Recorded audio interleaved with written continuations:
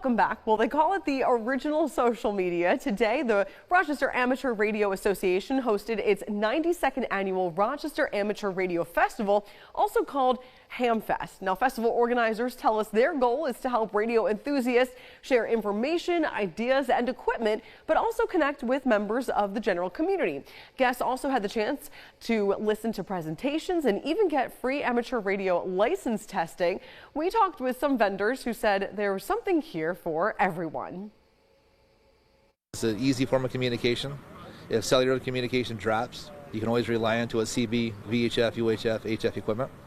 And there's always room in the hobby for people to learn, to expand more. There's a lot of areas. You go up the Adirondacks, you can't get signal.